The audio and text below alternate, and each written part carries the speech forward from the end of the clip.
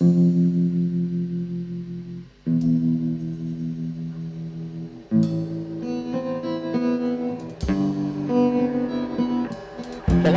meu nome é Alfredo Lima, sou professor de literatura e é com muito prazer, com muita alegria, que venho conversar um pouco a respeito da obra A Barca dos Amantes, do escritor Antônio Barreto. Esta obra é uma publicação da editora Vigília. Há quem diga que eu tenho rituais, alguns alunos já disseram que é um ritual, de pegar o livro ainda fechado, apreciar a sua capa, olhar para a fonte, olhar para as cores. Livro fechado, gosto de verificar se ele tem lombada, porque aí, assim, já consigo imaginá-lo na minha estante. Gosto sempre de ler o texto de quarta capa, porque aqui eu vou ter certamente uma pista. Pode ser o comentário de um outro escritor, pode ser uma resenha, pode ser um trecho da obra, elementos que vão aguçar ainda mais a minha curiosidade, ou seja, elementos que antecipam ainda mais a minha vontade de partir para a história. E por falar em ritual, quando o livro é novo, adoro sentir o cheiro das páginas, a textura do papel. É um fascínio mesmo, professor. Agora eu quero falar um pouco, professor, da obra em si. Tomás Antônio Gonzaga é um degredado que está em alto mar fazendo a travessia do Atlântico para Moçambique, após ser acusado de traição pela coroa portuguesa.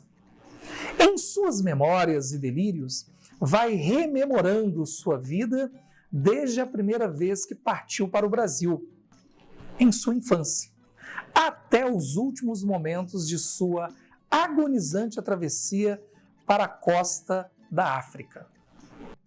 Professor, com o nome deste personagem, Tomás Antônio Gonzaga, tenho certeza de que foi um leque que abriu aí na sua mente, né? Arcadismo, Inconfidência Mineira, é isso mesmo, está tudo certo.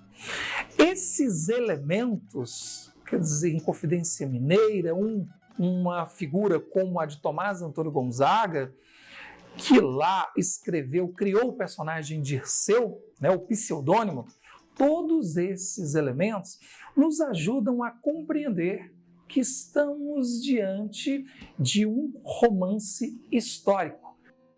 Professor, com todas essas pistas de contexto histórico, nós já temos aí elementos suficientes para compreender o tema predominante nessa obra, que é ficção, mistério e fantasia.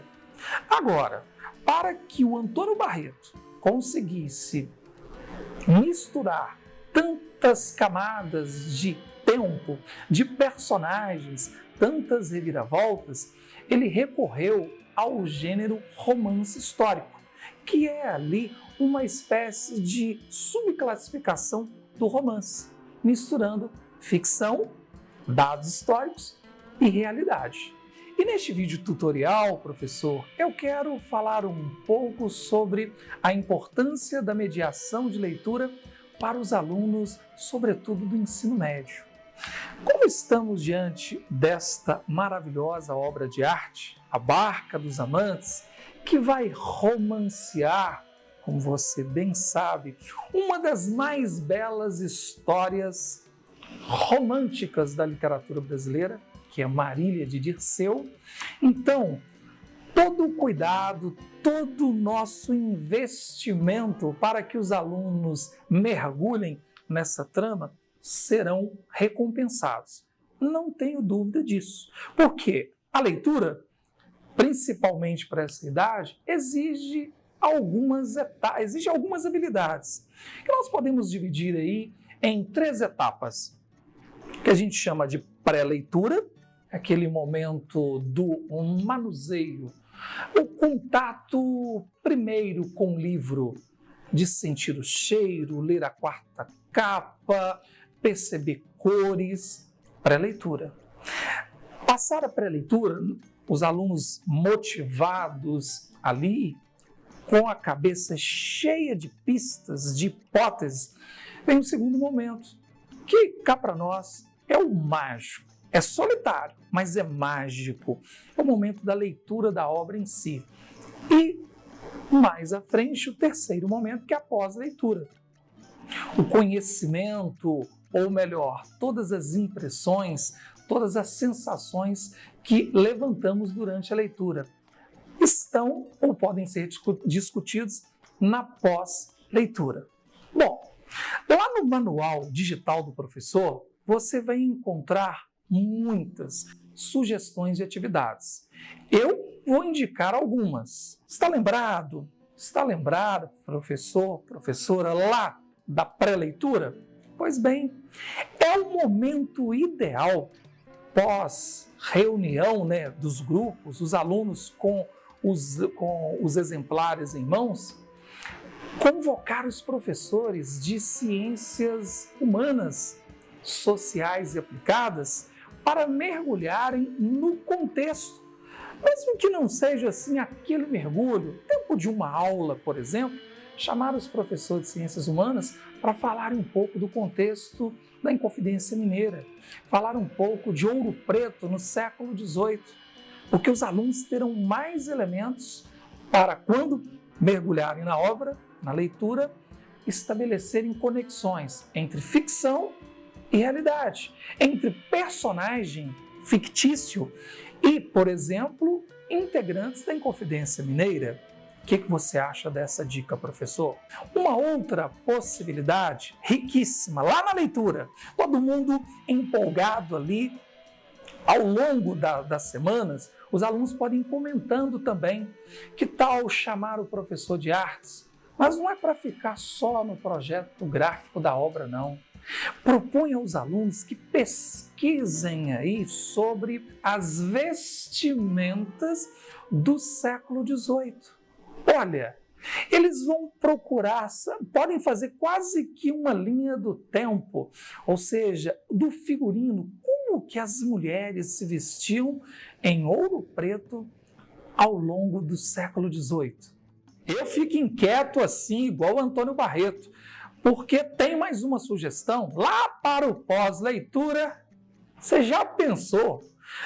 Reunindo os professores de todas as áreas, pode reunir ou pode organizar uma rica proposta de atividade para todo o segmento do ensino médio. Fazer um sarau, isso mesmo. Pode ser uma dança em homenagem aos personagens. Que tal a declamação de poemas ou trechos da obra Marília de Dirceu, do Tomás Antônio Gonzaga, Lira, de Cláudio Manuel da Costa? A escola vai voltar para o período neoclássico. Uma atividade complementar. A gente pode pensar aí muito além da pós-leitura, que é a parte da interlocução. Primeiro, professor, vá ao YouTube, procure uma das vozes mais lindas da MPB, que é de Milton Nascimento, a música A Barca dos Amantes. Isso, o mesmo título do romance do Antônio Barreto. Porém, esta música, quem escreveu o poema foi um autor português. Foi uma coincidência. Porém, depois de ouvir essa letra, você vai perceber que tem muita relação com a história aqui contada.